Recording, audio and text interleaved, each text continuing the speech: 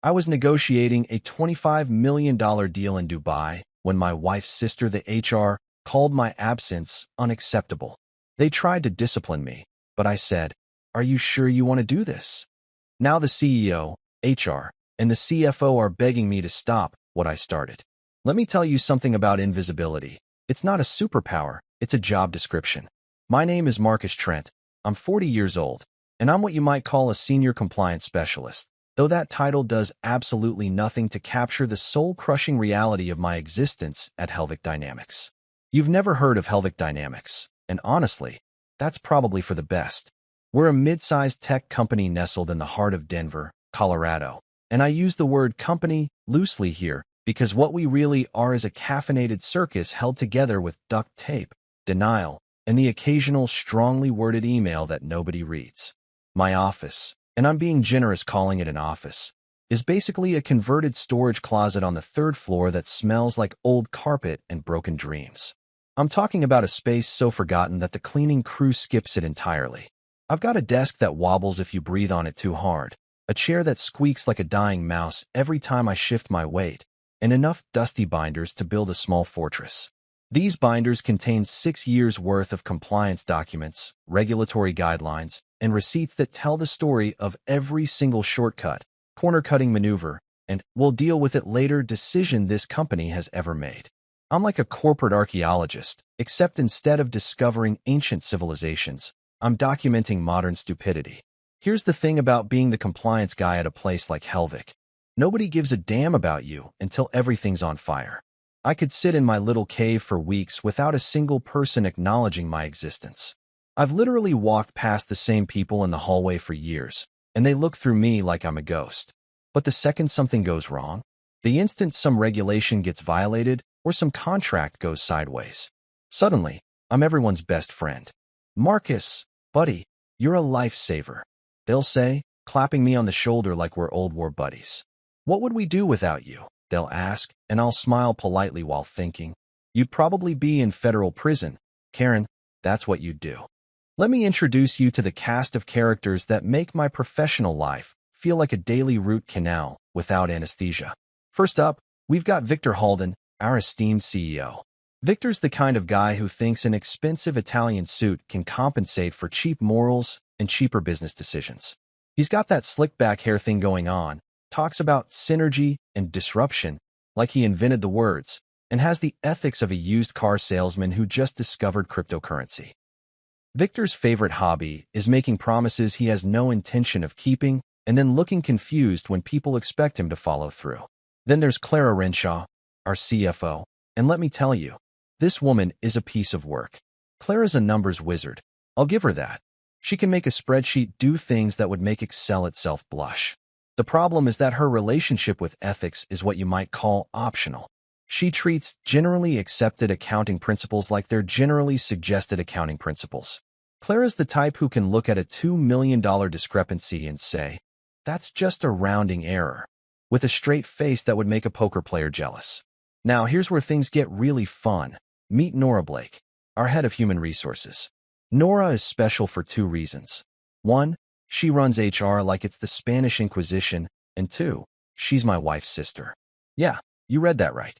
My sister-in-law is the HR director, which means every single interaction I have with her comes with layers of family drama, workplace politics, and the constant underlying threat that anything I say could and will be used against me at Thanksgiving dinner.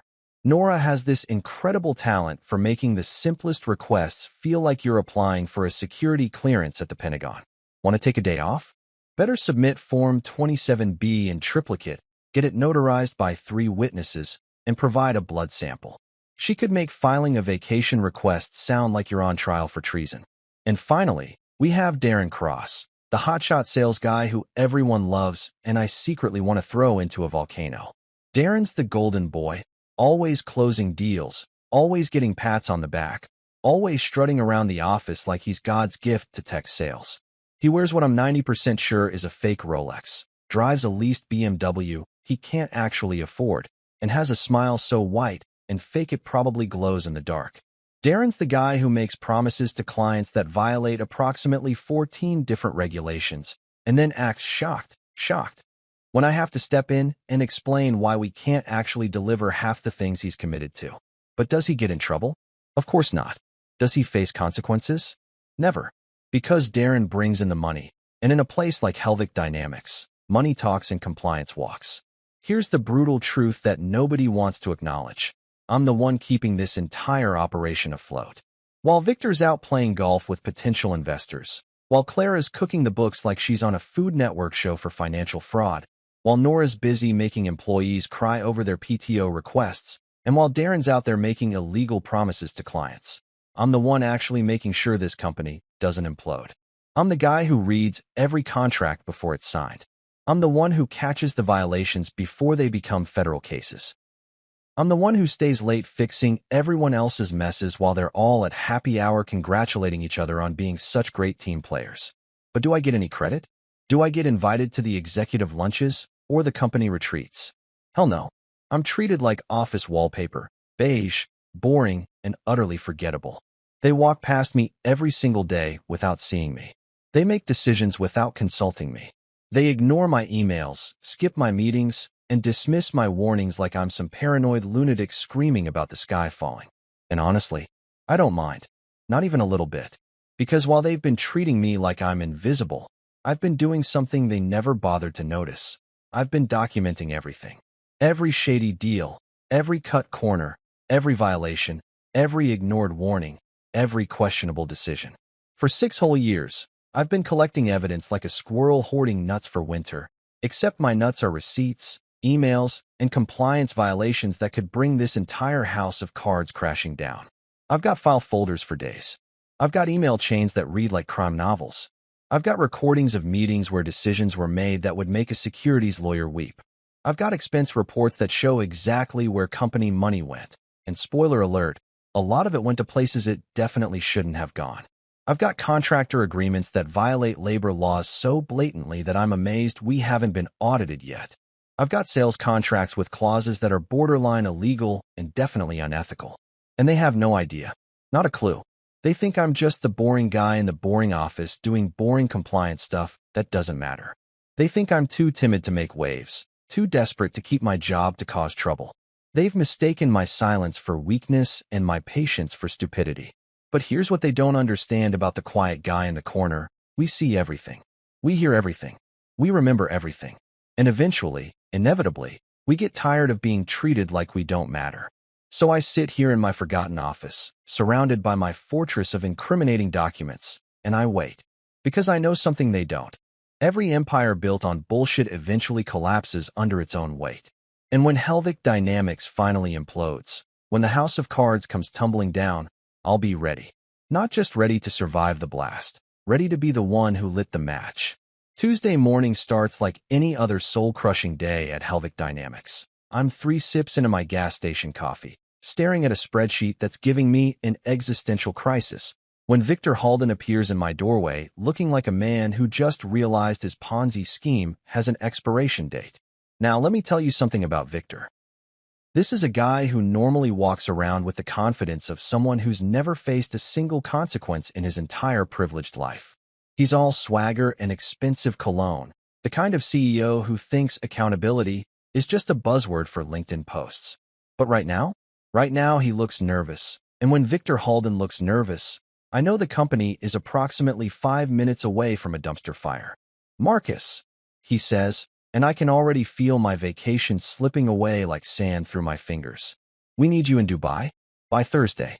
He says this like it's a casual request, like he's asking me to grab him a coffee from the break room, not fly 7,000 miles across the planet with less than 48 hours notice. "There's a deal with Crescent Horizons, $25 million. You're the only one who really knows the regulations inside and out." I just stare at him for a long moment, letting the silence stretch out like taffy, watching him squirm. Here's what Victor actually means when he says, "You're the only one who really knows the regulations." Darren Cross, our golden boy sales superstar, has spectacularly screwed something up again. Darren's gone and made promises he can't keep, signed documents he didn't read, or committed to terms that violate approximately 17 different international trade laws. And now, like always, Daddy Marcus has to fly halfway around the world to clean up the juice spill before the client realizes they're dealing with a company run by overgrown toddlers in business suits. Thursday. I repeat slowly, like I'm trying to understand a foreign language. As in, 2 days from now. That Thursday.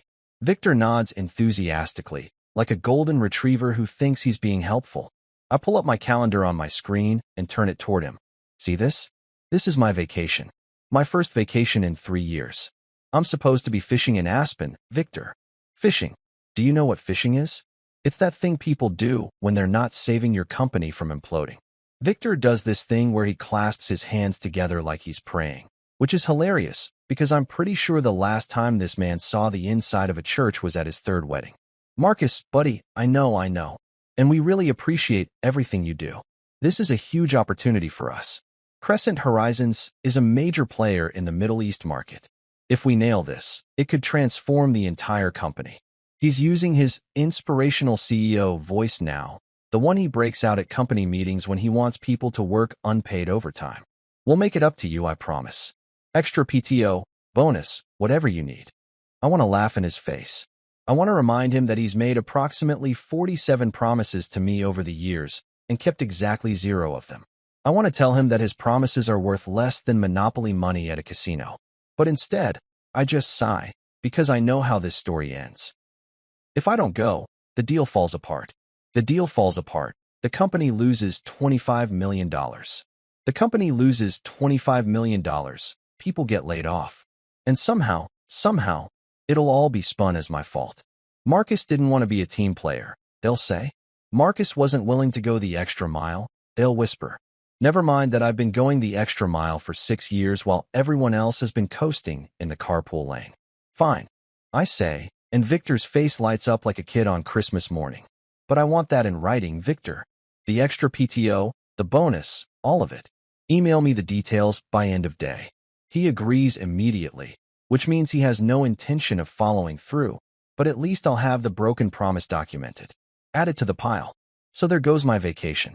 Instead of standing in a peaceful stream in Aspen, fly rod in hand, listening to nothing but birds and running water, I'm now cramming international export regulations into my brain like I'm studying for the SAT of global trade compliance. I spend Tuesday night and all of Wednesday becoming an expert on UAE commercial law, FCPA regulations, GDPR data protection standards, and about 50 other acronyms that could land us in federal prison if we get them wrong. My wife is furious, by the way. She spent weeks planning this trip, and now she's going without me because someone has to save the company that treats me like expired yogurt in the back of the office fridge.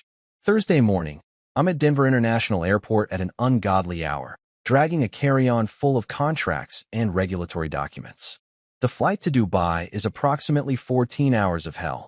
I'm wedged into a middle seat in economy, because of course the company that's about to close a $25 million deal couldn't spring for business class for the guy who's actually making it happen. The woman next to me is watching romantic comedies and crying quietly into her complimentary wine. The guy on my other side is snoring so loud I'm pretty sure he has sleep apnea and should probably see a doctor about that. And me? I'm hunched over my laptop at a 30-degree angle because the person in front of me has reclined their seat all the way back, turning my workspace into something that would violate OSHA regulations if it were an actual office. I'm reading through contract clauses and muttering things like Clause 17, B, will eat you alive if you sign this, and Jesus Christ, who drafted this, a drunk law student. The flight attendant keeps giving me extra peanuts, which I think is her way of expressing pity. I appreciate the gesture, but lady, what I really need is a time machine and a new job. Around hour 8, somewhere over the Atlantic Ocean, I discover that Darren didn't just mess up minor details. He basically promised Crescent Horizons the moon, the stars, and possibly Mars while completely ignoring about 30 pages of regulatory requirements. He's committed to data handling procedures that violate European privacy laws. He's promised delivery timelines that are physically impossible. He's included warranty terms that expose us to unlimited liability. It's actually impressive in a catastrophic sort of way. It's like watching someone juggle chainsaws while riding a unicycle over a pit of crocodiles. You can't look away from the inevitable disaster. I spend the rest of the flight drafting amendments, writing backup clauses, and preparing about 17 different contingency plans, depending on how angry the client is when they realize half of what Darren promised is legally impossible. By the time we land in Dubai, my eyes feel like they've been sandblasted, my back is screaming from economy class torture, and I've consumed enough coffee to give a horse heart palpitations. Dubai International Airport is chaos. Thousands of people rushing in every direction, announcements in 6 languages, the overwhelming smell of duty-free perfume and desperation. I grab my bag and head to the hotel, which is one of those ultra-modern places with gold fixtures and marble everywhere, the kind of hotel that makes you feel underdressed even in a suit. I've got exactly 3 hours to shower, change, and review my notes before the meeting with Crescent Horizons. In the shower, I'm running through negotiation strategies and trying to figure out how to explain that our sales guy is either incompetent or criminally optimistic, without actually using those words. I'm practicing phrases like strategic recalibration of deliverables and optimizing contractual alignment, which are fancy ways of saying, let's fix Darren's mess before anyone goes to jail. Standing in front of the mirror, adjusting my tie, I look at myself, 40 years old, bags under my eyes, gray hair creeping in at the temples, about to walk into a high-stakes international negotiation to save a company that can't even remember to invite me to the holiday party. And I think, not for the first time, Marcus, what the hell are you doing with your life? But I know the answer. I'm doing what I always do, keeping the ship afloat while everyone else is drilling holes in the hull. I'm being the responsible one, the reliable one, the one who fixes everything while getting credit for nothing. I'm being invisible again, except this time I'm invisible 7,000 miles from home, jet-lagged, exhausted, and carrying the weight of a $25 million deal on my shoulders. I grab my briefcase, take a deep breath, and head out the door. Time to save the company. Again, the Crescent Horizons headquarters is one of those architectural masterpieces that makes you feel poor just by looking at it. We're talking about a 50-story glass tower in downtown Dubai that probably costs more than my entire hometown, with a lobby that features a fountain made of actual gold, not gold-plated, actual gold. And air conditioning so aggressive it could flash freeze a polar bear. I'm escorted by a woman in a perfectly tailored suit to the 42nd floor, where apparently all the important business dealings happen, because nothing says, we're serious, like making people take an elevator for 3 full minutes. The conference room is absurdly large, with floor-to-ceiling windows that offer a view of Dubai that would make a travel photographer weep. There's a table that could comfortably seat 30 people, and at the head of it sits Khaled Al-Rashid, the CEO of Crescent Horizons. This man looks like he wrestles oil barrels for fun and wins. He's built like a linebacker, has a handshake that could crack walnuts, and speaks perfect English with a British accent that somehow makes everything he says sound more intimidating. Flanking him are 2 lawyers who look like they graduated top of their class from some prestigious law school, where they teach you how to destroy people's lives using only contract language. Mr. Trent, Khaled says, gesturing to a seat. We've been reviewing the terms your colleague Mr. Cross proposed. The way he says colleague makes it sound like he's talking about a particularly disappointing houseplant. There are some concerns. In business speak, some concerns translates to your guy screwed up so badly we're considering just walking away from this entire deal and never speaking to your company again. I sit down, open my briefcase, and pull out my revised contract. All 63 pages of it, complete with amendments, addendums, and enough legal footnotes to make a Supreme Court justice nod with approval. Mr. Al-Rashid, I appreciate your patience. I've reviewed Mr. Cross's initial proposal, and I've taken the liberty of making some necessary adjustments to ensure we're in full compliance with international regulations. What follows is 3 hours of the most intense negotiation I've ever experienced. Khaled's lawyers throw curveballs at me like they're getting paid per objection. They hit me with taxation questions that would stump a CPA. They bring up GDPR concerns that make my head spin. They question liability clauses, delivery timelines, warranty terms, and about 40 other things that Darren apparently just made up on the spot like he was improvising a jazz solo. And I'm there, smashing every single concern back across the table like I'm Serena Williams at Wimbledon. I've got answers for everything because I spent 14 hours on a plane preparing for exactly this scenario. The data protection protocols outlined in Section 12 are fully compliant with EU standards. I explain, flipping to the relevant page. We've included additional safeguards that actually exceed the minimum requirements. One of the lawyers raises an eyebrow, the universal sign of grudging respect. The delivery timeline in Section 8 has been adjusted to reflect realistic logistics, with penalty clauses that protect both parties. Khaled leans back in his chair, stroking his beard, which I'm pretty sure is the Middle Eastern business equivalent of a poker face. We're making progress. Real, actual progress. I can feel the deal coming together like a puzzle where all the pieces are finally fitting. Khaled's lawyers are running out of objections. The CFO, who's been silent this whole time, starts nodding along. We're maybe 20 minutes away from signatures when my phone buzzes in my pocket. I ignore it. It buzzes again and again. After the fourth buzz, Khaled notices and gives me a look that clearly says, "Are you seriously checking your phone right now?" "My apologies," I say, pulling out my phone. "Let me just silence this." But then I see the notification preview, and I actually freeze. It's an email from Nora Blake, my dear sister-in-law, the HR director, with a subject line that makes my blood pressure spike. Unacceptable absence. Immediate response required. I stare at my phone screen like it's displaying an alien language. Surely this is a mistake.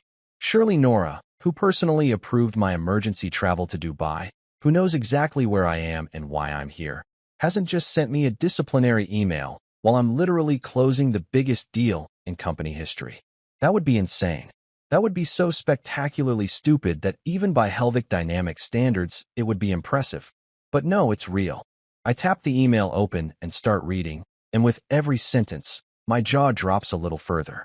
Apparently, and I cannot stress enough how absolutely deranged this is, I'm being formally disciplined for unacceptable absence from the workplace and failure to properly submit leave documentation. The email goes on to detail how my unexplained absence has caused disruption to compliance operations and how I need to report to HR immediately upon my return for a formal disciplinary hearing. I'm 7,000 miles away from Denver, sitting in a Dubai skyscraper, about to close a $25 million deal that Victor personally begged me to save, and I'm being written up for not showing up to the office. It's so absurd, so cosmically ridiculous, that I actually laugh out loud. Like, a real laugh, the kind that makes Khaled and his lawyers exchange confused glances. Khaled's assistant, a young guy who's been taking notes this whole time, looks genuinely concerned that I'm having some kind of breakdown. "Is everything all right, Mr. Trent?" Khaled asks, and I can hear the worry in his voice. He probably thinks I've just received news that someone died or my house burned down or something equally catastrophic. How do I explain that I'm laughing because my own company is stabbing me in the back while I'm actively saving them? How do I articulate the sheer, mind-boggling incompetence and betrayal I'm experiencing in real time? "Everything's fine," I manage to say, putting my phone face down on the table. "Just some administrative confusion back home. Nothing that can't wait." But inside, I'm not fine. Inside, something fundamental has shifted. I've been treated like garbage for 6 years, ignored, dismissed, taken for granted. But this is different. This isn't neglect or oversight. This is active hostility. This is warfare. And the fact that it's coming from Nora, my wife's sister, makes it 1,000 times worse because I know this isn't just about me. This is family drama bleeding into workplace politics, and I'm caught in the crossfire. I force myself to focus back on the negotiation, but part of my brain is now calculating exactly how much evidence I have against Nora personally. Spoiler alert, it's a lot. Every inappropriate comment she's made, every policy she's violated, every time she's shown favoritism or retaliated against employees who complained, I've documented all of it. Because that's what I do. I document everything. We spend another 20 minutes hammering out the final details, and finally, Khaled extends his hand. "Mr. Trent, you've addressed every concern we had. Crescent Horizons is prepared to move forward with this partnership." His lawyers nod in agreement. Papers are printed, signatures are added, and just like that, Helvig Dynamics has a $25 million deal. I should be celebrating. I should be feeling victorious. Instead, I'm feeling something else entirely.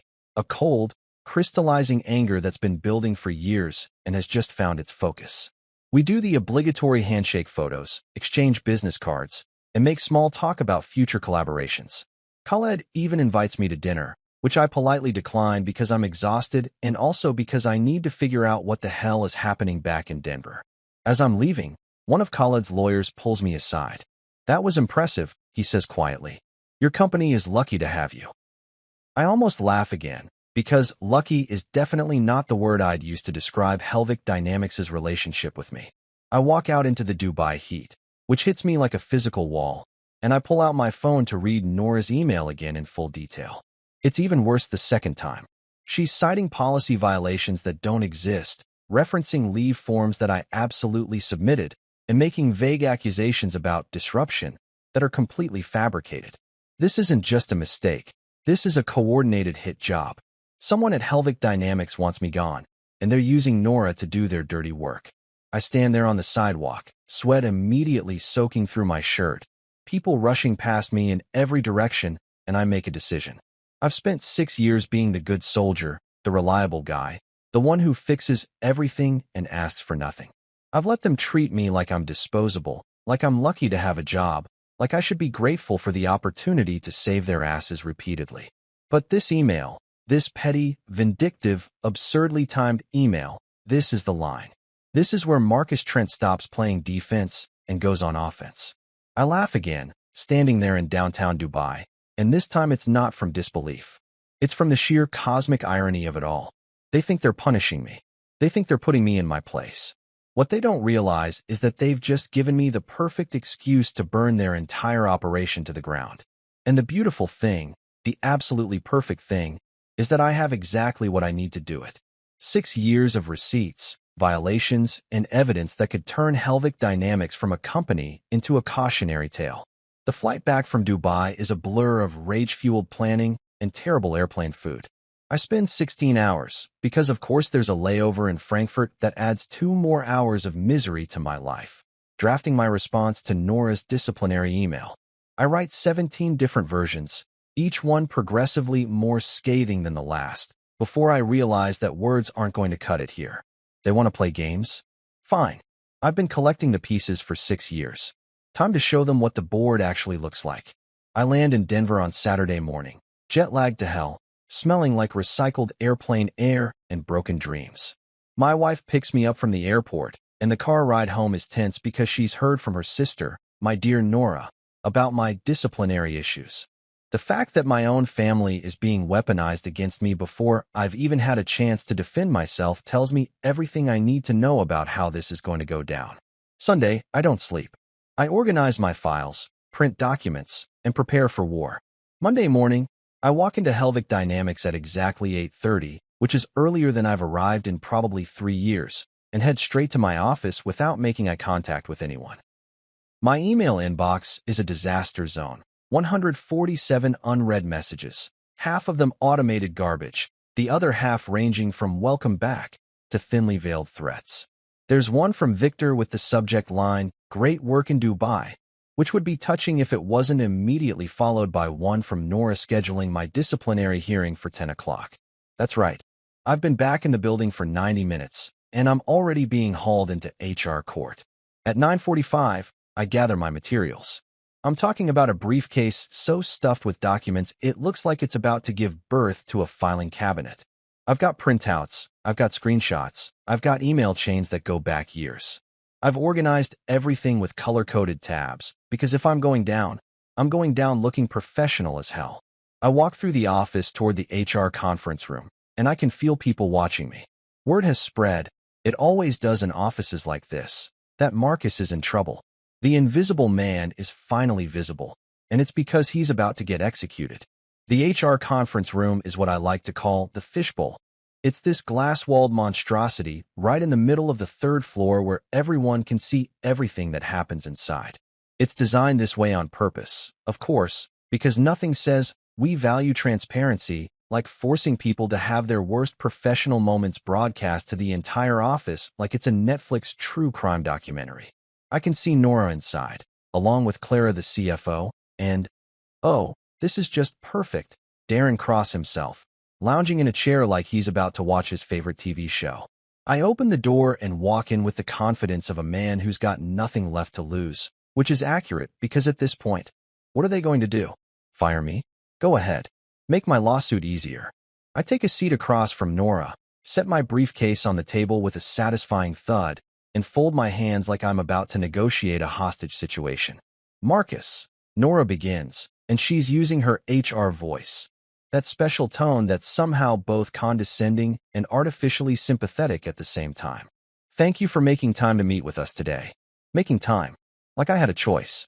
Like this wasn't a mandatory summons. We need to discuss some concerning patterns in your behavior and attendance. I don't say anything.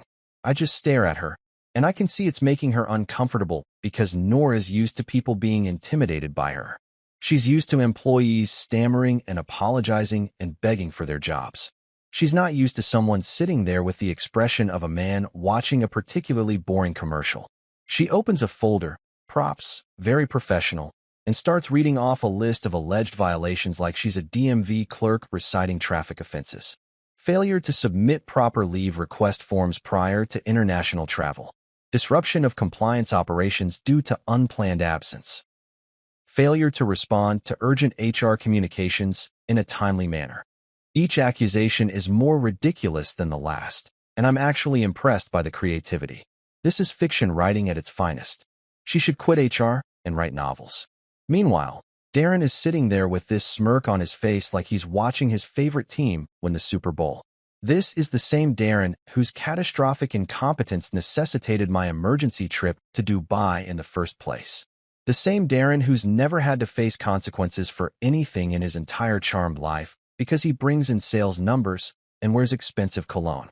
He's enjoying this, watching the boring compliance guy get taken down a peg, and that smirk is going to haunt him in about 5 minutes. Clara's trying to look neutral, but I can see her checking her nails, glancing at her phone, generally acting like she's got better places to be. She's only here to add weight to the proceedings, to make it look official. CYA, cover your ass. It's the unofficial motto of Helvic Dynamics. Nora finishes her recitation and looks at me expectantly, waiting for me to grovel or defend myself or maybe burst into tears. Instead, I open my briefcase with deliberate slowness, like a magician about to reveal his final trick. I pull out a thick stack of papers, each one meticulously labeled and organized, and I spread them across the table like I'm dealing cards in Vegas. Before we continue, I say, my voice calm and even, I'd like to submit some documents for the record. I slide the first paper across to Nora. This is my leave request form, submitted via the company portal on the evening of Tuesday, March 12th, 2 full days before my departure. You'll notice your digital signature approving it, time-stamped at 7:42 a.m. on Wednesday, March 13th. Nora's face goes through about 5 different shades of red in rapid succession. It's like watching a time-lapse of a sunset, except instead of beautiful, it's deeply satisfying. This, I continue, sliding another document across, is the email chain between myself and CEO Victor Halden, where he personally requested my emergency travel to Dubai to salvage the Crescent Horizons deal. You'll note the timestamps showing this request came directly from executive leadership. I look at Clara. You were CC'd on these emails, Clara. Do you remember them? Clara stops looking at her nails. Suddenly, she's very interested in the documents in front of her. And this, I say, really getting into my rhythm now, is my complete travel itinerary, including hotel confirmations and flight details, all of which were submitted to the HR portal before my departure. This document here shows my responses to your emails, Nora, all sent within 24 hours, which according to company policy qualifies as timely. And this final document is the signed contract with Crescent Horizons, worth $25 million, which I closed successfully while apparently disrupting compliance operations. The room has gone so quiet I can hear the air conditioning humming. Outside the glass walls, I can see people stopping to watch, pretending to be on their way somewhere, but clearly rubbernecking our corporate cage match. This is the most entertainment this office has seen since someone microwaved fish in the break room last year. I lean back in my chair and let the silence stretch out for a solid 10 seconds before I speak again. So let me make sure I understand what's happening here.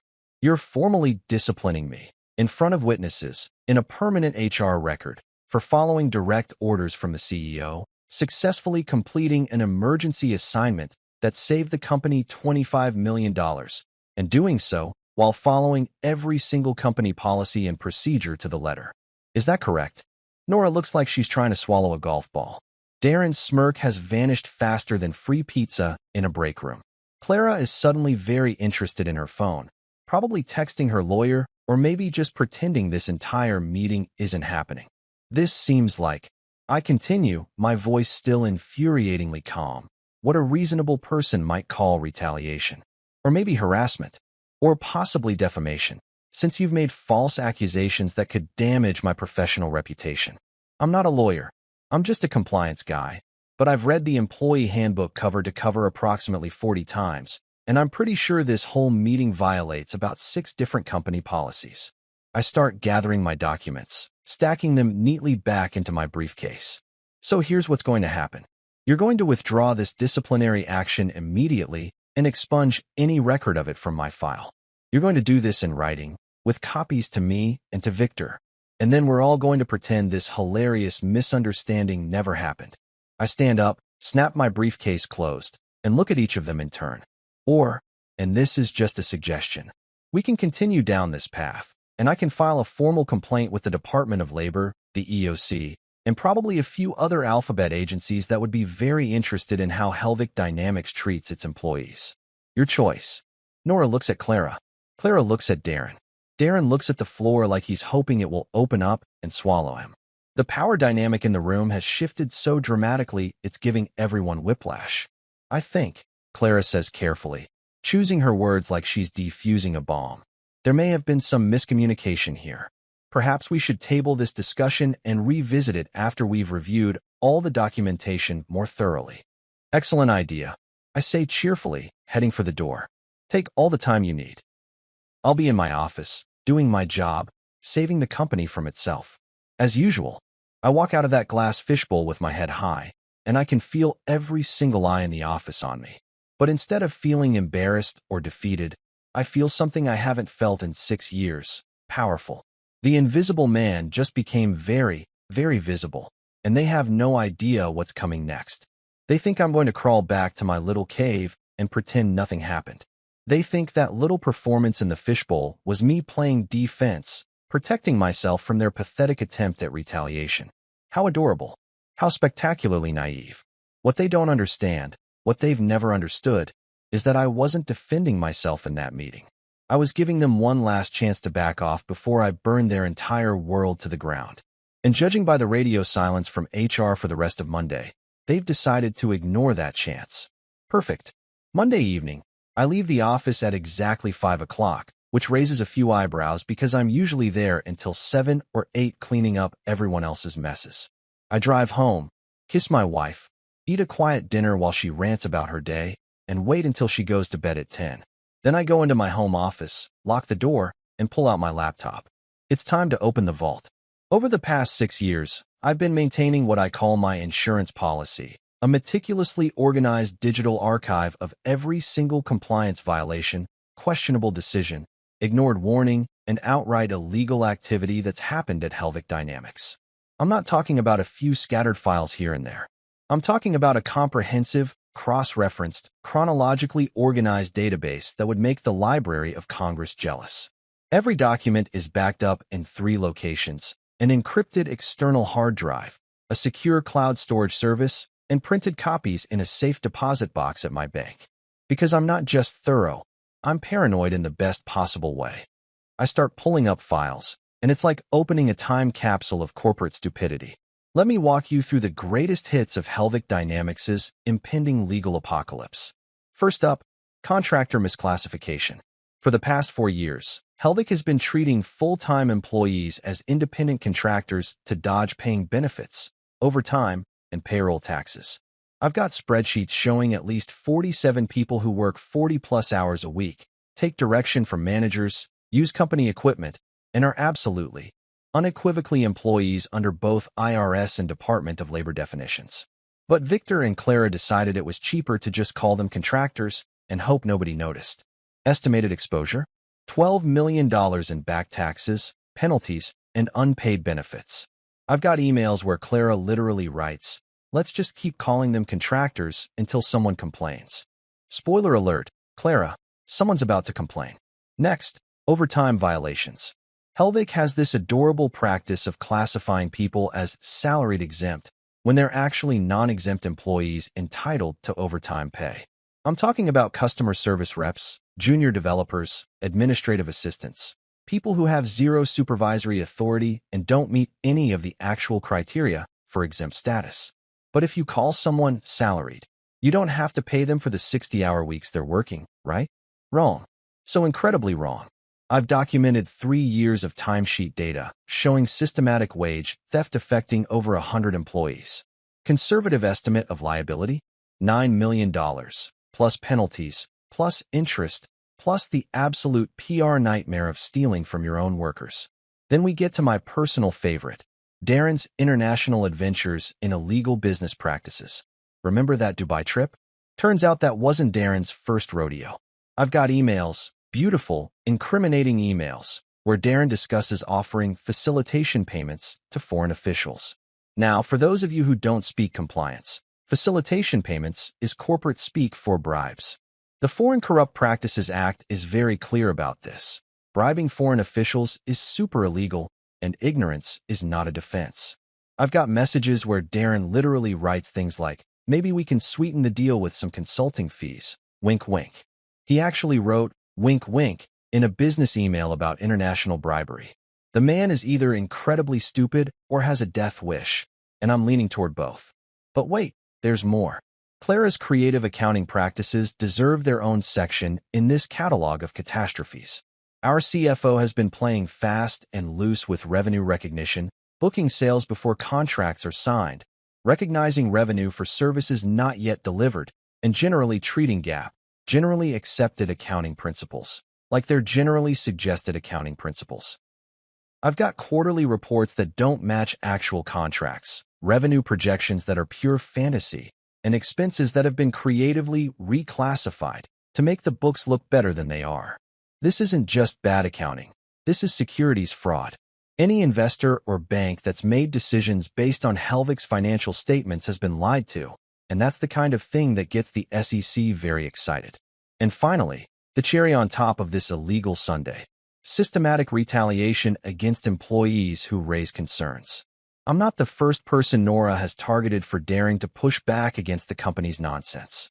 I've got documentation of at least 6 other employees who filed complaints about safety issues, discrimination, or legal violations, and who mysteriously found themselves written up, demoted, or fired shortly afterward.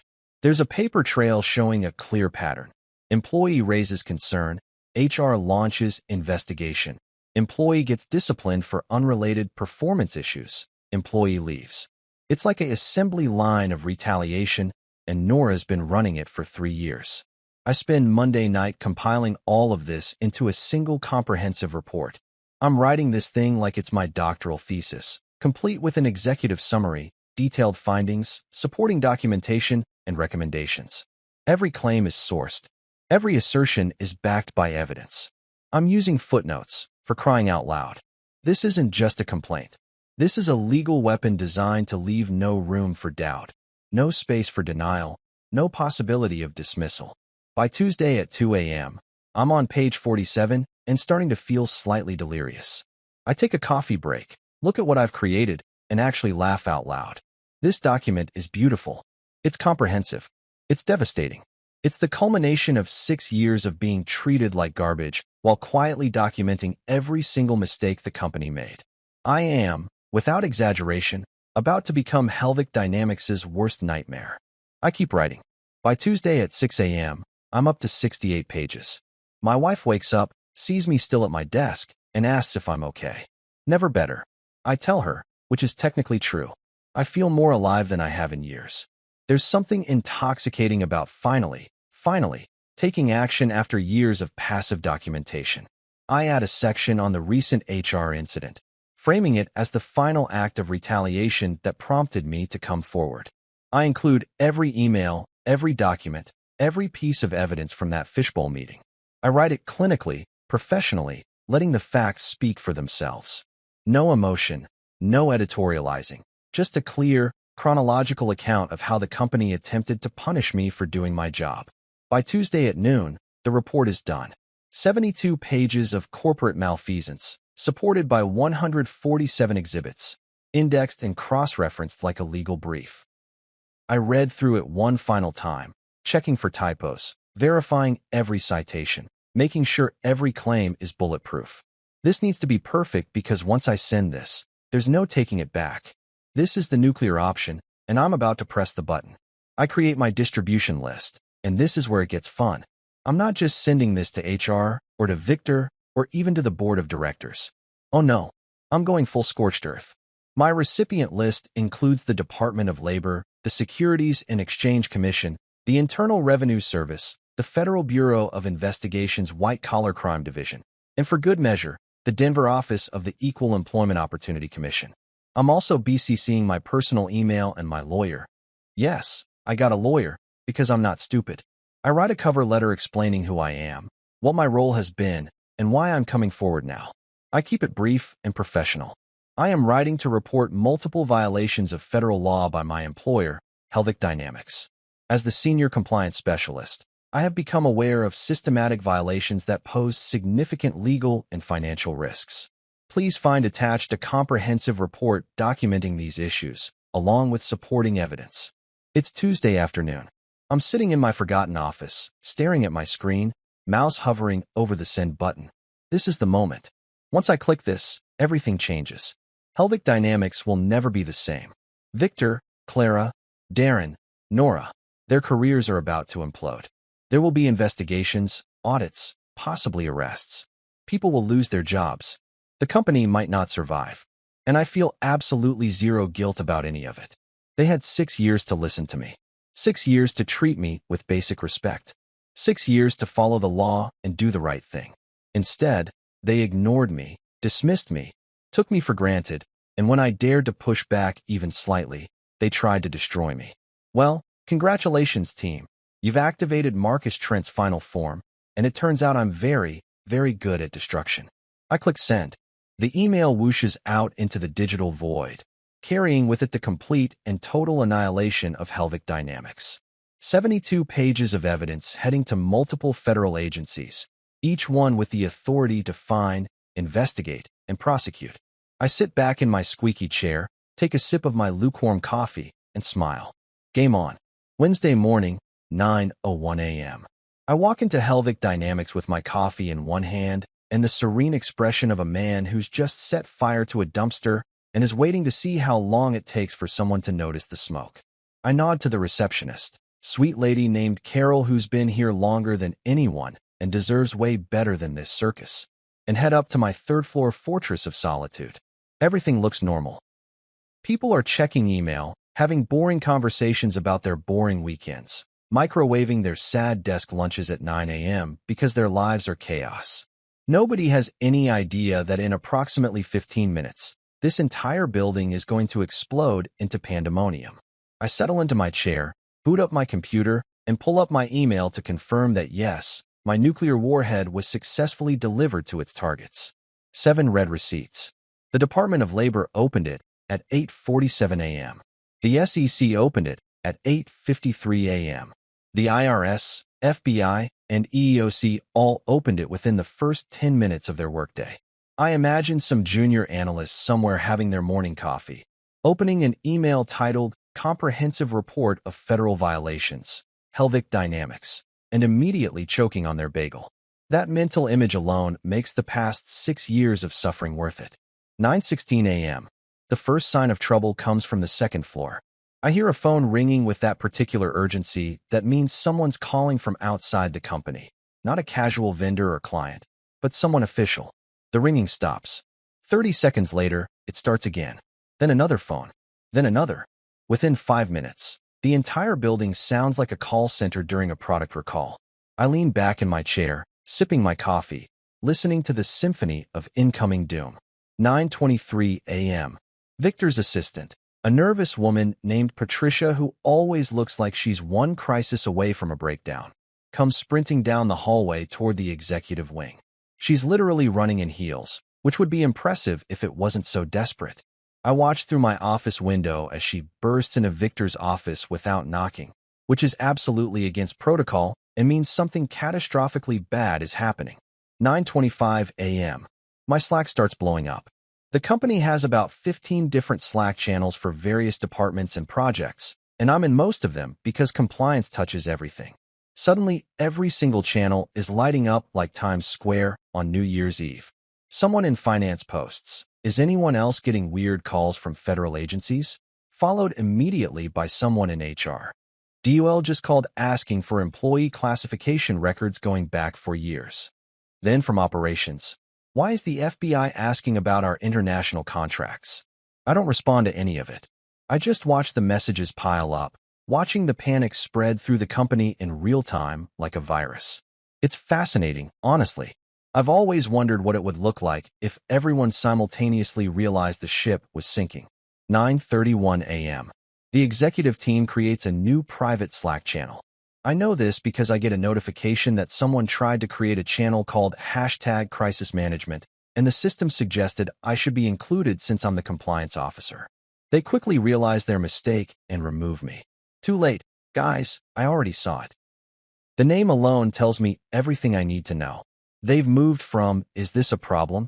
to "How do we contain this disaster?" in under 30 minutes. That might be a company record. 9:45 a.m. Here comes the parade.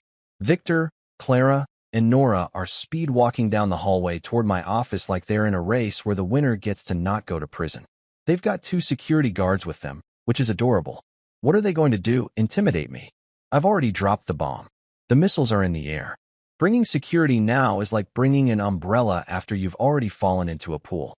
They burst into my office without knocking. Seems to be a theme today, and Victor's face is the color of an overripe tomato. "Marcus," he says, and his voice is doing this thing where it's trying to sound authoritative but comes out more like a dog that's been caught eating garbage. "We need to talk. Now." "Sure," I say pleasantly, gesturing to the chairs in my office. "Have a seat. Though I'm not sure all of you will fit. I wasn't expecting a parade." "This isn't funny," Clara snaps. She's got her phone in her hand, and it keeps buzzing. I can see the stress sweat forming on her forehead. We've been getting calls all morning from federal agencies. The SEC, the Department of Labor, the IRS. Do you know anything about this? I take a slow, deliberate sip of my coffee. Federal agencies? That's concerning. What are they calling about? Victor slams his hand on my desk, which would be intimidating if he wasn't clearly about 3 seconds away from a panic attack. "Don't play dumb, Marcus. They're asking about compliance violations, about employee classifications, about international business practices. They're asking for documents going back years." "Huh," I say, leaning back in my chair. "That does sound serious. Have you consulted with legal counsel? Because if federal agencies are investigating, you probably want to lawyer up immediately. Just some friendly advice from your compliance officer." Nora steps forward, and she's gone full HR authoritarian mode. "Marcus, if you've done something, if you've contacted these agencies without authorization, that's a violation of company policy. That's corporate sabotage. That's protected whistleblower activity." I interrupt cheerfully. "Yeah, Nora, I'm familiar with the law. It's kind of my job. See, there's this thing called the Whistleblower Protection Act, and it explicitly protects employees who report legal violations to federal authorities. In fact, retaliating against whistleblowers is itself a federal crime. So if you're threatening me right now, in front of witnesses, you're actually digging your hole even deeper." The security guards exchange glances. They clearly didn't sign up for this level of drama. One of them looks like he's reconsidering his career choices. "You son of a bitch," Victor hisses. "Do you have any idea what you've done? This company employs 200 people. 200 families depend on us. And you've just, what? Thrown a tantrum because you didn't get your way. And this right here, is the moment I've been waiting for." I stand up slowly, set down my coffee, and lean forward with both hands on my desk. "You want to talk about families, Victor?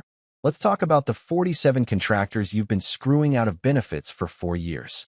Let's talk about the 100 employees you've been stealing overtime from. Let's talk about every person in this building who's been working 60-hour weeks while you and Clara play accounting games to dodge taxes." I'm on a roll now, and 6 years of suppressed rage is pouring out like a broken dam. "You want to blame me for this? I sent you memos. I sent you warnings. I told you, repeatedly, that we were violating federal law. I documented every single issue, submitted proper compliance reports, followed every internal procedure. And what did you do? You ignored me. You dismissed me. You treated me like I was the problem for pointing out your crimes. Clara tries to interrupt. Those weren't crimes. They were business decisions. They were crimes. I shout, and everyone in the hallway outside my office freezes. I don't shout. Ever. Quiet Marcus, invisible Marcus, doesn't raise his voice. But apparently nuclear Marcus does. You committed securities fraud, Clara. You cooked the books. You lied to investors and banks. That's not creative accounting. That's a felony. And Darren, where's Darren, by the way? Does he know the FBI is very interested in his facilitation payments to foreign officials? Right on cue. Darren appears in the doorway looking like he's just seen his own ghost. His fake Rolex catches the fluorescent light as his hand trembles. What's going on? He asks weakly. Oh, good. You're here, I say with false cheer. We were just discussing your international business practices. Specifically, the ones that violate the Foreign Corrupt Practices Act. You know, the thing I warned you about 17 times? The federal law that comes with prison sentences? Darren's face goes from tan to pale so fast, it's like watching a reverse sunset. I didn't. Those were just consulting fees.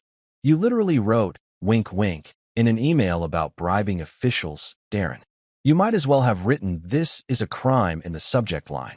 Victor makes a move toward me, and the security guards actually step between us, which tells me they've realized I'm not the threat here.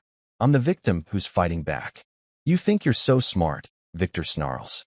You think you can just destroy this company and walk away? We'll sue you for everything you have. We'll make sure you never work in this industry again. You know what? I say, sitting back down and pulling up my email. You should probably talk to your lawyers before making threats like that. In fact, let me help you out. I turn my screen toward them. See this? This is the email I sent to 7 federal agencies at 9:01 this morning. 72 pages, 147 exhibits, 6 years of documented violations. And you know what the beautiful thing is? I sent it from my personal email, outside of work hours, using my own computer. You have exactly 0 grounds to claim I misused company resources or violated confidentiality. I click over to another tab. And this? This is the read receipt showing that the Department of Labor opened my report at 8:47 a.m. The SEC at 8:53. The FBI at 9:02. By my count, 3 federal agencies have been actively reviewing evidence of your crimes for over an hour now. So sure, Victor, go ahead and sue me. I'm sure that'll look great when the federal prosecutors show up. The room goes completely silent. Outside my office, I can see people gathered in the hallway, pretending not to stare while absolutely staring. This is the most entertainment anyone at Helvig has seen since the company was founded. Clara's phone rings. She looks at it, and her face somehow gets even paler. It's our bank, she whispers. You should probably answer that. I suggest helpfully. I'm guessing they've heard about the SEC inquiry, and they're calling about your loan covenants. Banks get really nervous when their borrowers are under federal investigation. She steps out into the hallway to take the call, and I can hear her voice getting progressively higher-pitched as the conversation goes on. Nora tries one more time. Marcus, there has to be a way to fix this. If you call these agencies back, tell them there was a misunderstanding. A misunderstanding? I laugh, and it's not a nice laugh. It's the laugh of a man who's been pushed past his breaking point and has discovered that the other side is actually pretty liberating. Nora, you disciplined me for saving a $25 million deal. You tried to retaliate against me for doing my job. That wasn't a misunderstanding. That was the last straw. You had 6 years to treat me with basic human decency. 6 years to follow the law. 6 years to do the right thing. And instead, you all chose to be greedy, corrupt, and spectacularly stupid. The building's fire alarm system has a feature where if multiple sensors detect smoke, it triggers an automated announcement. That's what this feels like, except instead of smoke, it's federal investigators, and instead of an alarm, it's phone calls. Every few minutes, someone's phone rings.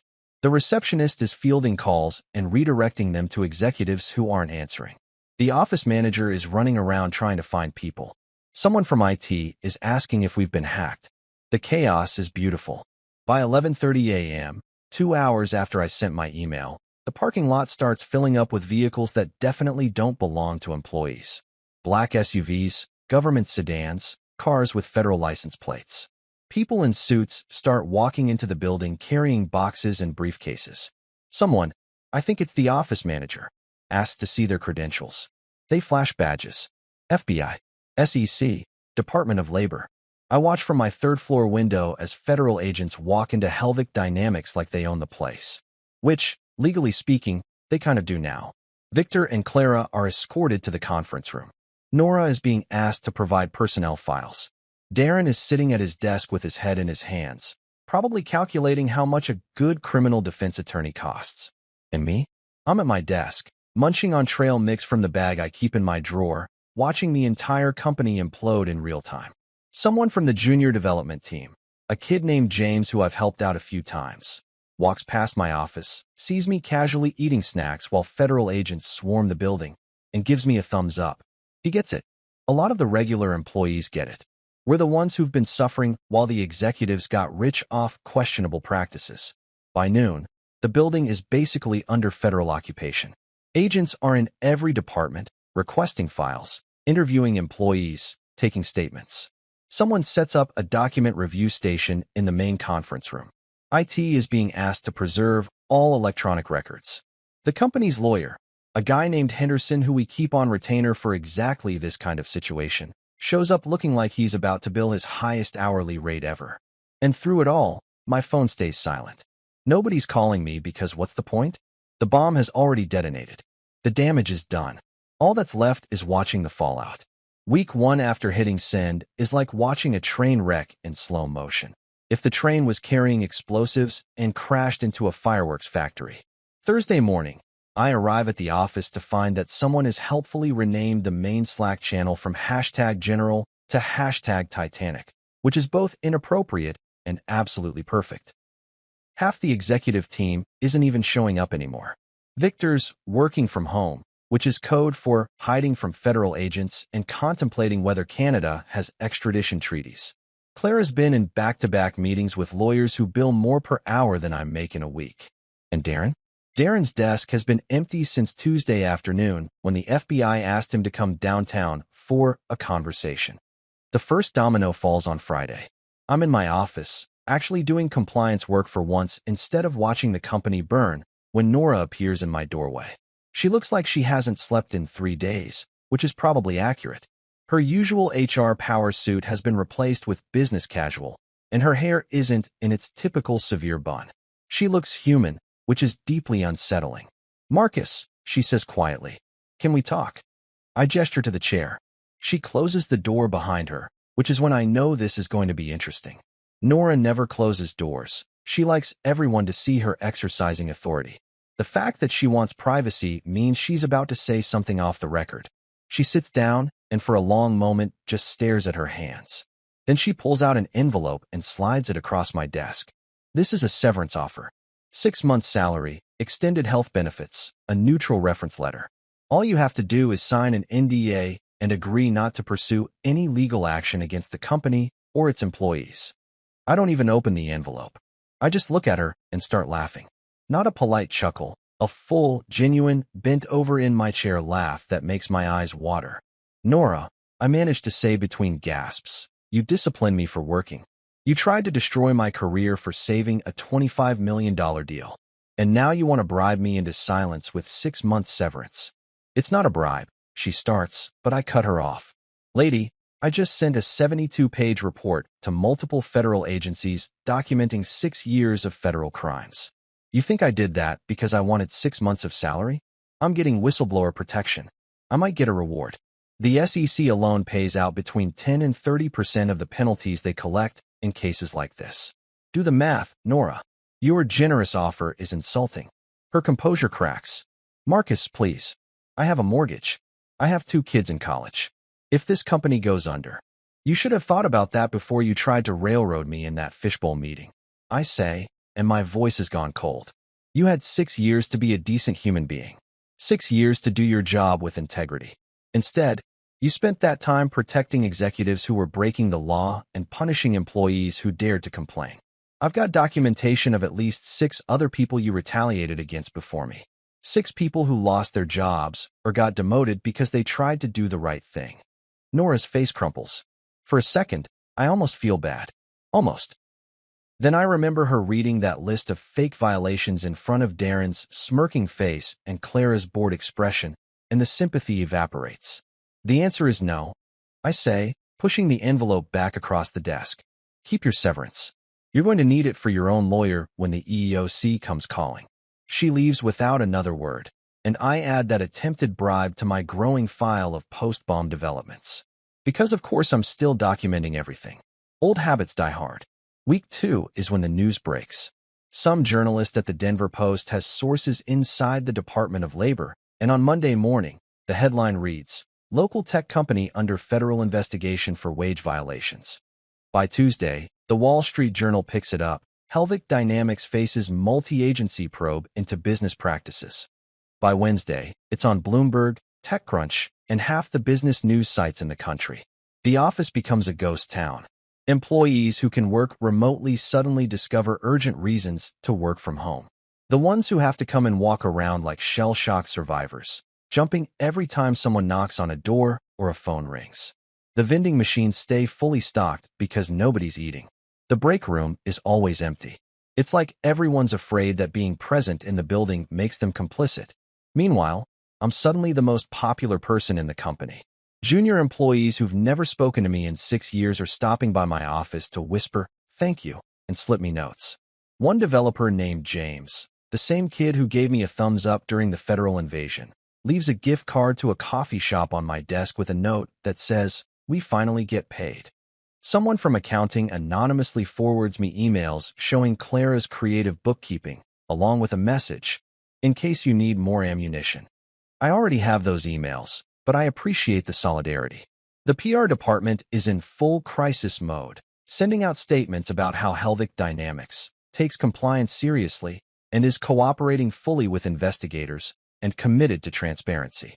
It's corporate speak for, oh God, we're so screwed." Victor does a disastrous interview with a local news station where he sweats through his shirt and says, "No comment," to every single question, which makes him look guilty as hell. The video goes viral.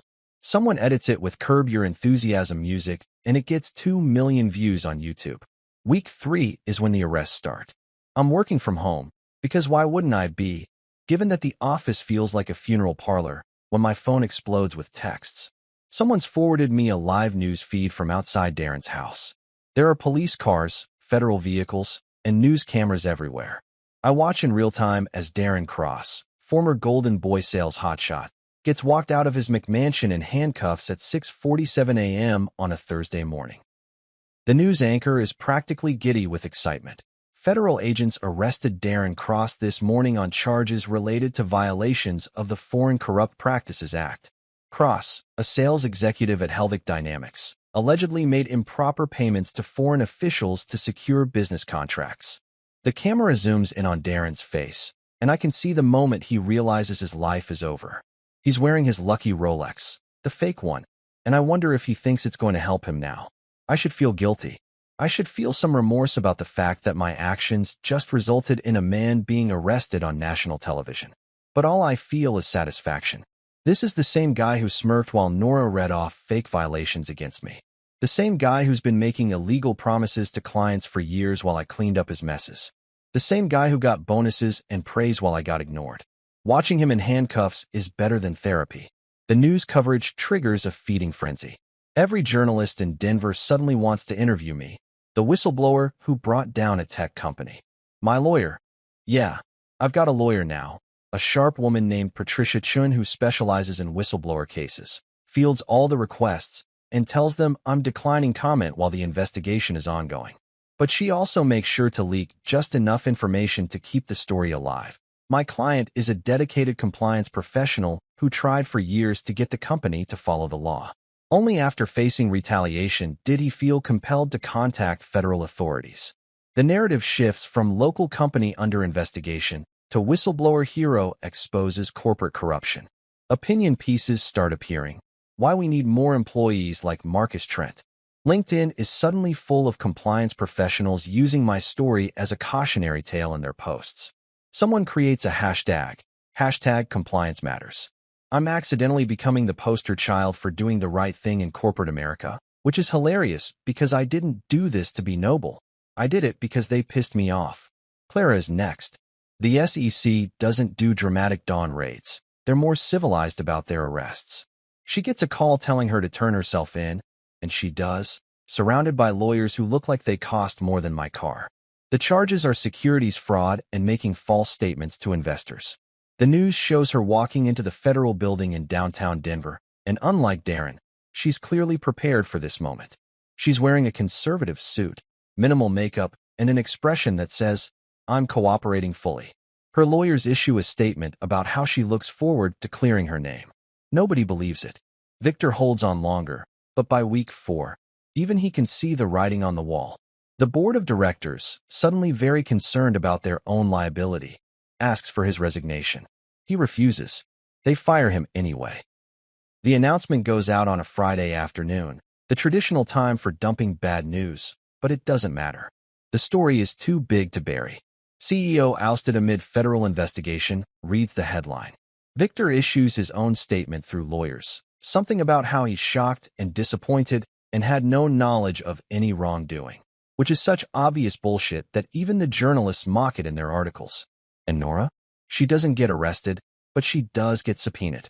Multiple agencies want to talk to her about her role in the retaliation scheme, about how she handled complaints, about every questionable HR decision she made over the past 3 years.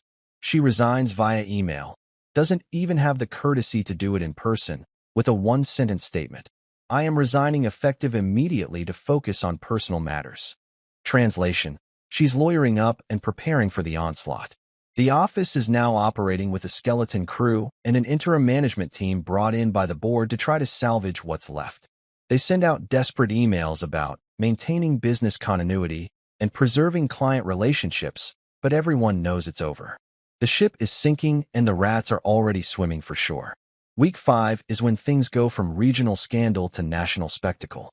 I'm at home on a Tuesday morning, enjoying my first actual relaxing cup of coffee in approximately 6 years, when my lawyer Patricia calls me. "Have you seen the Wall Street Journal?" she asks, and I can hear the smile in her voice. I don't subscribe. I tell her, which is technically true. Why would I pay for news when I'm currently living inside the biggest story in corporate America? "Well, you might want to pick up a copy," she says. Page 1, above the fold.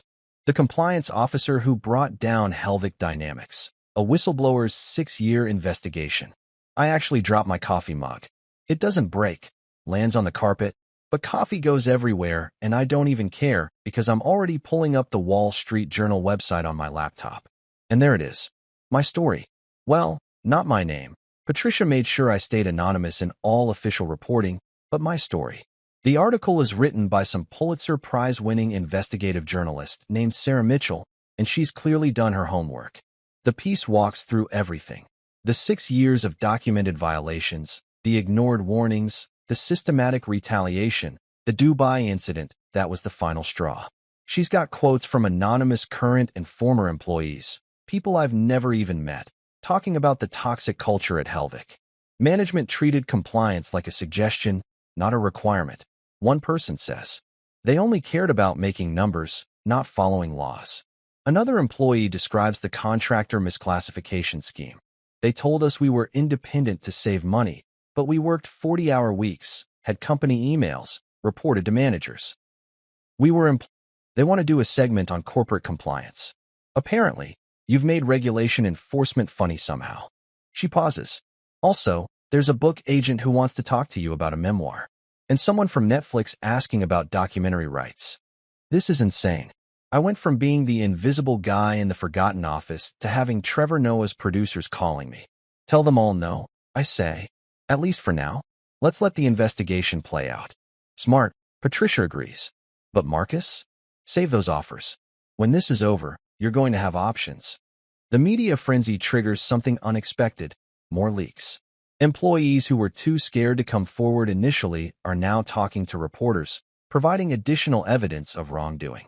The Denver Post runs an expose about the toxic work culture at Helvig, complete with screenshots of Slack messages where managers mock employees for asking about overtime pay. TechCrunch publishes leaked emails showing Darren literally Googling, "Is it illegal to give gifts to foreign officials?" before meeting with clients, then ignoring the results and doing it anyway. Someone leaks Victor's compensation package, $2.3 million in salary and bonuses last year, next to data showing the company denied raises to 70% of employees. Each new leak makes the story worse for Helvig and better for me. The narrative has crystallized. I'm David, they're Goliath, and I just hit them between the eyes with a 72-page sling stone. Employee advocacy groups start using my case in their training materials. Business schools add it to their ethics curricula. There's literally a case study being written at Harvard Business School called The Helvig Collapse, when compliance becomes whistleblowing. Week 6 brings my favorite development, the employee lawsuits. Remember those 47 contractors who were misclassified? They've lawyered up, class action style, and they're suing for back wages, benefits, and damages. The 100 employees who were denied overtime also filing suit. Even some former employees who were fired after complaining about violations are coming back with wrongful termination claims. The company that tried to destroy me for doing my job is now facing death by 1,000 legal cuts, and every single lawsuit cites my whistleblower report as evidence. Patricia sends me updates with subject lines like lawsuit count 7 and lawsuit count 12, and eventually just LOL, they're so screwed. By the end of week 6, Helvig Dynamics is facing 17 separate lawsuits totaling over $80 million in claimed damages, not including the federal penalties. The interim management team tries damage control. They hire a crisis PR firm that probably costs more per day than I made in a month. They issue statements about implementing new compliance protocols and conducting a comprehensive internal review and committing to a culture of transparency. It's all meaningless corporate speak that fools exactly nobody. You can't PR your way out of federal charges and multiple lawsuits. That's not how reality works. They also try to paint me as a disgruntled employee who took advantage of minor administrative issues to pursue a personal vendetta. This backfires spectacularly when a reporter asks the interim CEO during a press conference, "Are you calling a 6-year pattern of federal violations minor administrative issues?" The video of him stammering and sweating through his response goes viral. Someone auto-tunes it and turns it into a remix. It gets played on morning radio shows. Then Khaled Al-Rashid from Crescent Horizons does something that makes me actually emotional. He gives an interview to Middle East Business Weekly where he talks about the Dubai deal. "Mr. Marcus Trent is a man of exceptional integrity," he says. "When we had concerns about the initial contract terms, he did not make excuses or try to hide problems. He acknowledged them, fixed them, and ensured full regulatory compliance. He is exactly the kind of professional every company should want, and Helvig Dynamics' treatment of him is unconscionable." He goes on, "We completed a $25 million partnership with Helvig Dynamics specifically because of Mr. Trent's expertise and honesty. To learn that while he was ensuring our deal met the highest ethical standards, his own company was disciplining him for his absence is both shocking and appalling. If Mr. Trent ever wishes to work in the Middle East, Crescent Horizons would be honored to have him." Patricia forwards me the article with a message. That's called a public job offer. From a CEO of a major international company. On the record, do you have any idea how valuable this is? I screenshot the article and save it in a folder labeled Vindication because I'm petty like that. Week 7 is when the financial reality hits Helvig. The banks, spooked by the SEC investigation and the mounting lawsuits, call in their loans. The company's credit lines get frozen. Vendors start demanding cash on delivery because they're worried about bankruptcy. Major clients begin terminating contracts, citing reputational concerns and regulatory compliance issues. The company's valuation, which was around $200 million before I sent my email, is now estimated at less than $30 million. I've personally destroyed $170 million in shareholder value, and honestly, it feels great. The board brings in a restructuring consultant, which is corporate speak for "we're preparing for bankruptcy." They start selling off assets, office furniture, equipment, even the fancy espresso machine from the executive suite that cost more than my car. Employees are getting laid off in waves. First the support staff, then middle management, then even some of the technical teams. The office that once housed 200 people is down to maybe 40, and most of them are lawyers and accountants trying to figure out which creditors get paid first. I'm still technically employed because firing a whistleblower is legally complicated and also spectacularly stupid. But I'm not going into the office. Patricia advised me to stay home and let the situation develop. You've already won, she says. Don't give them any opportunity to claim you're interfering with the investigation or the restructuring. So I spent my days at home, working out, reading books I never had time for, and occasionally checking the news to see what fresh hell has befallen my former employer. My wife has stopped complaining about the destroyed vacation because she's realized that the whistleblower rewards I'm likely to get will pay for a lot more than a fishing trip to Aspen. Week 8 brings the piece de resistance. 60 Minutes wants to do a full segment, and they're not taking no for an answer. Patricia and I have a long conversation about whether this is smart, and we finally decide that telling my story, on my terms, is better than letting the media control the narrative. We agree to the interview with conditions. I remain partially anonymous, no full name, face obscured. We only discuss matters that are already public, and I get to review any quotes before they air. The interview tapes in early week 9. The correspondent is Leslie Stahl, who's been doing this since before I was born and has a reputation for asking the questions people don't want to answer. She's professional, sharp, and doesn't let me hide behind corporate speak. Why did you wait 6 years before going to federal authorities? She asks. Because I wanted to work within the system, I tell her. I genuinely believe that if I documented the problems clearly enough, presented solutions, followed all the internal procedures, that management would listen. I thought I could fix it from the inside. And when did you realize you couldn't? When they disciplined me for saving a $25 million deal, I say, and even through the voice modulation they're using to protect my identity, you can hear the anger. That's when I understood that this wasn't about compliance or following the law. It was about protecting executives who were making money by breaking rules. And I wasn't willing to be complicit anymore. The segment airs on a Sunday night and gets their highest ratings in months. #Compliance Matters starts trending on Twitter. Monday morning, my lawyer's phone doesn't stop ringing. Week 10 is when the dominoes finish falling. And let me tell you, watching a $200 million company implode in real time is more satisfying than any revenge fantasy I could have imagined. The SEC announces their final penalties first. $8.2 million in fines for securities fraud, plus disgorgement of ill-gotten gains.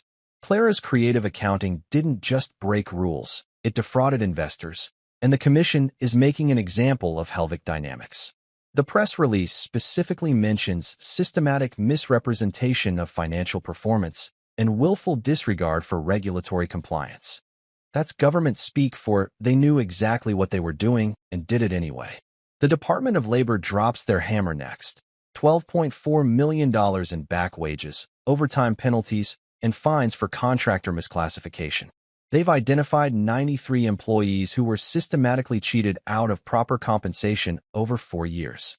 93 families who were struggling because Victor and Clara wanted to pad their profit margins. The DOL doesn't just fine companies. They make them pay every stolen penny back with interest, and they publicize every detail to shame bad actors. Helvig's name is now permanently on the DOL's public enforcement database, a scarlet letter for corporate America. Then the DOJ steps up with the big guns, criminal charges. Darren gets hit with FCPA violations carrying potential prison time of up to 5 years per count, and they've identified 4 separate instances of bribery. His lawyers are scrambling to cut a plea deal, but the prosecutors smell blood in the water. They want to make an example of him, show other hotshot sales guys that wink-wink emails about bribing foreign officials will land you in federal prison. The trial date is set for next spring, and legal analysts are already calling it unwinnable for the defense. Clara pleads guilty in week 11 to avoid trial. She's looking at 18 months in minimum security and a lifetime ban from serving as an officer of any public company. Her lawyers get her a decent deal. She cooperates fully, provides testimony against others, and accepts responsibility. The judge calls her actions a betrayal of investor trust during sentencing. She cries, "I don't feel bad." Victor holds out the longest, clinging to his denials and his expensive legal team. But by week 12, even he sees the writing on the wall. He resigns in disgrace, according to every news outlet, though he issues a statement saying he's stepping down to focus on his defense and spare the company further distraction. Translation: the board threatened to throw him under the bus publicly if he didn't leave quietly. He's facing civil suits from investors and potential criminal charges pending the ongoing investigation. And Nora? She avoids criminal charges but gets absolutely destroyed in civil court. 3 former employees win wrongful termination suits against her personally, with judgments totaling over $2 million. Her career in HR is finished. She's toxic, unemployable, a case study in how not to handle employee relations. Last I heard, she moved to Ohio and is working at her brother-in-law's insurance agency. My wife doesn't talk to her anymore. Family gatherings are awkward. By week 14, the bankruptcy papers are filed. Helvig Dynamics, once valued at $200 million with 200 employees and dreams of IPO glory, is liquidating assets to pay creditors. The office building gets sold. The intellectual property gets auctioned off. Employees get severance packages funded by the bankruptcy estate. The company that thought it was too big to fail, too smart to get caught, too connected to face consequences, is reduced to a footnote in business history, a cautionary tale about what happens when you ignore compliance and abuse your employees. The final tally is staggering. $50+ million in fines and penalties, 17 lawsuits settled or lost for executives facing criminal charges, and a complete corporate collapse. All because they treated me like I didn't matter, like my warnings were irrelevant, like compliance was just an annoying obstacle to profits. Darren's name becomes a verb in business circles. Don't Darren this deal means don't make illegal promises you can't keep. His trial becomes required viewing in corporate ethics classes. 6 months after hitting send, I'm sitting in my new office in Dubai, and let me tell you, the view is spectacular. Floor-to-ceiling windows overlooking the Burj Khalifa, a desk that doesn't wobble, a chair that doesn't squeak, and air conditioning that actually works. Crescent Horizons didn't just offer me a job, they rolled out the red carpet. Chief Compliance Officer, triple my old salary, full relocation package, and an employment contract so airtight it could survive a nuclear blast. The whistleblower rewards came through too. $3.2 million total from the SEC, DOL, and IRS. It's poetic justice. Really, they never paid me enough to afford a decent share, and now their penalties are funding my retirement account. Patricia took her cut, Uncle Sam took his, and I'm still left with more money than I ever made in 6 years at Helvig. Last week, I drove past the old Helvig building on a trip back to Denver. It's dark now, empty, with a for lease sign out front that's already fading from sun exposure. I stopped the car, rolled down the window, and just stared at it for a minute. 6 years of my life happened in that building. 6 years of being invisible, ignored, dismissed.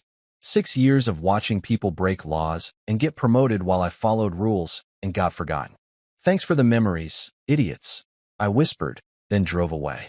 From my Dubai office, I sent one final email, not to the executives who destroyed themselves, but to the employees who suffered under their leadership. Keep documenting everything, I wrote. One day it'll save you. And when that day comes, don't hesitate. The system only works if we make it work. I got 43 replies. 43 people thanking me, telling me their stories, promising to be better than what Helvig was. My assistant knocks on my door. Yes, I have an assistant now, reminding me about my meeting with Colette. We're discussing expansion into European markets, and he wants my expertise on regulatory compliance. It's the kind of work I always wanted to do, helping a company succeed by doing things right, not by cutting corners. They thought they could bury me with paperwork and disciplinary actions. Instead, I buried them with their own paperwork. Compliance isn't just about following rules. It's about accountability. And sometimes, accountability looks like watching everything burn. I log off, grab my briefcase, and head to the meeting. The invisible man isn't invisible anymore.